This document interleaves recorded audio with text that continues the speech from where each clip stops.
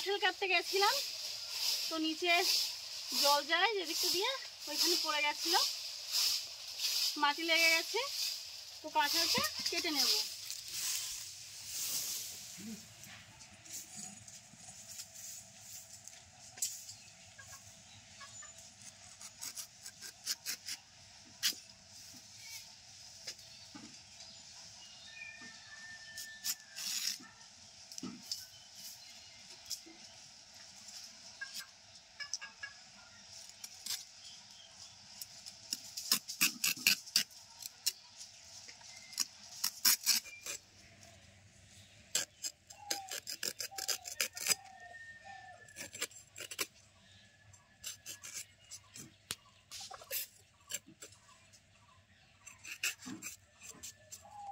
ওপরে সবুজ অংশটা ভালো করে ফেলে নিয়েছি।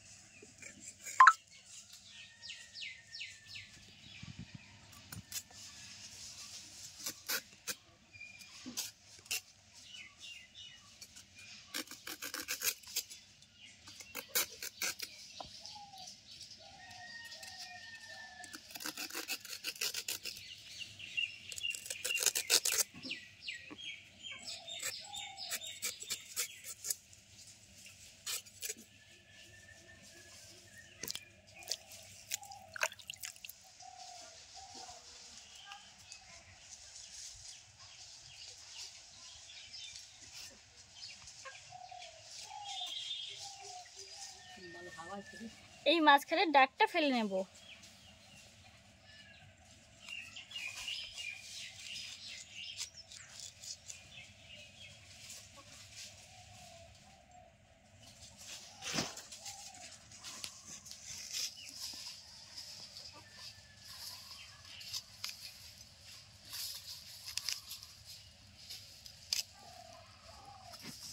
এরকম ভাবে কেটে নেব।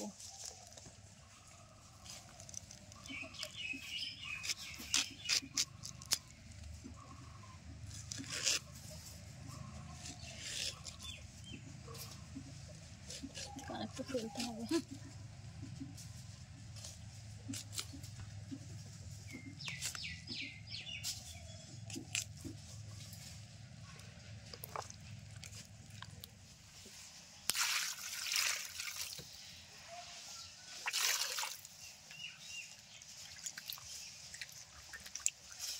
এখন সেদ্ধ বসিয়ে দেবো। এতো সেদ্ধ করে নেব। কড়াইতে জল দিয়েছি, জলটা গরম হয়ে গেছে।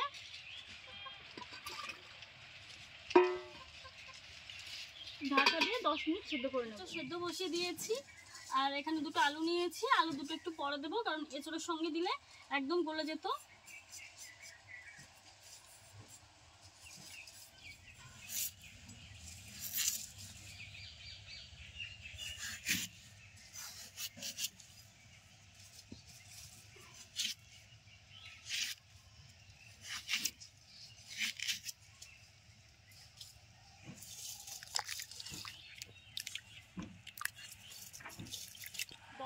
এঁচোড় সেদ্ধ করে নিয়েছি।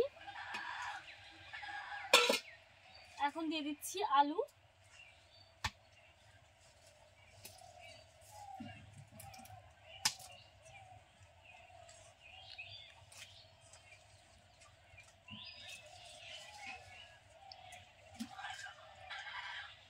আর একটু লবণ আর হলুদ দিয়ে দেবো।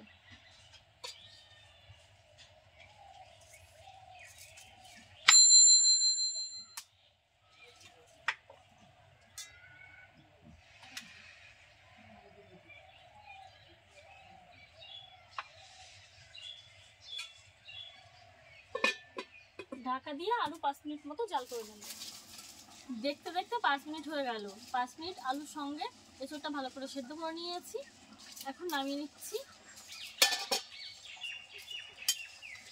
জল ঝরিয়ে ঝরিয়ে তুলে নেব।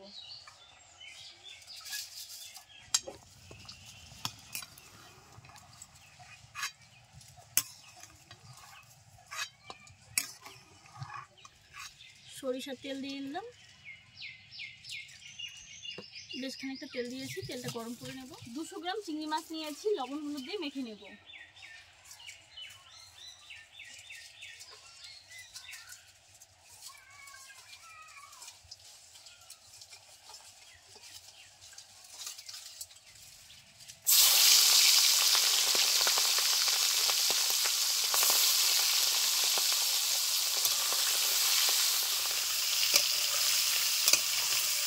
মাছগুলোকে খুব ভালো করে ভেজে নেব।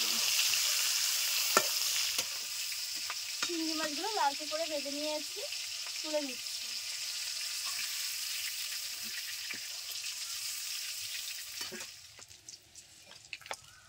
ফোড়নে দিচ্ছি গোটা সাদা জিরে,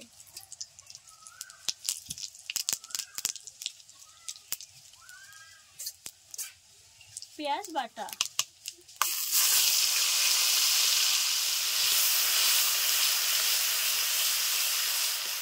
আদা রসুন বাটা,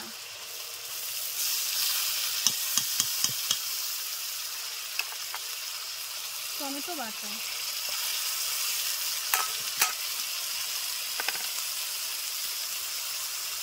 জিরে, ধনিয়া, শুকনো লঙ্কা গুঁড়ো, কাশ্মীরি লাল লঙ্কার গুঁড়ো,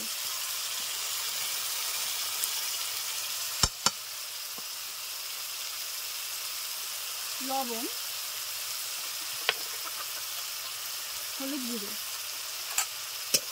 মশলা ভালো করে কষে নেব। সামান্য একটু জল দিয়ে মশলা কষে নেব। মশলা কষে নিয়েছি, তেল ছেড়ে দিয়েছে, আলু আর এসে দিয়ে দিচ্ছি।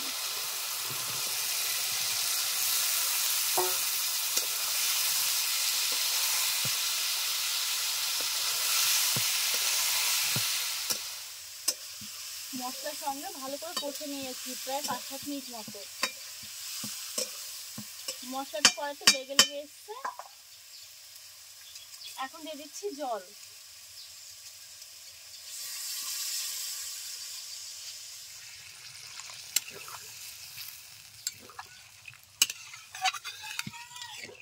ভালো করে জাল করে ঝোলটা ফুটিয়ে জাল করার পর টকবক করে ঝোল ফুটছে। ভেজে রাখা চিংড়ি মাছগুলো ঝোলের উপরে দিয়ে আরো 10 মিনিট মতো জাল করে নেব।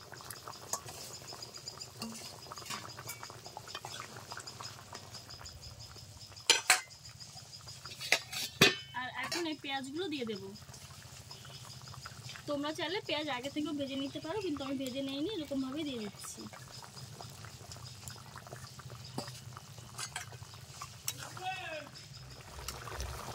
আরো 10 মিনিট রান্না করে নেওয়ার পর রান্নাটা পুরোপুরি হয়ে গেছে। এখন গরম মশলা ছড়িয়ে দিচ্ছি অল্প পরিমাণে। একটা পাত্রে নামিয়ে নিচ্ছি।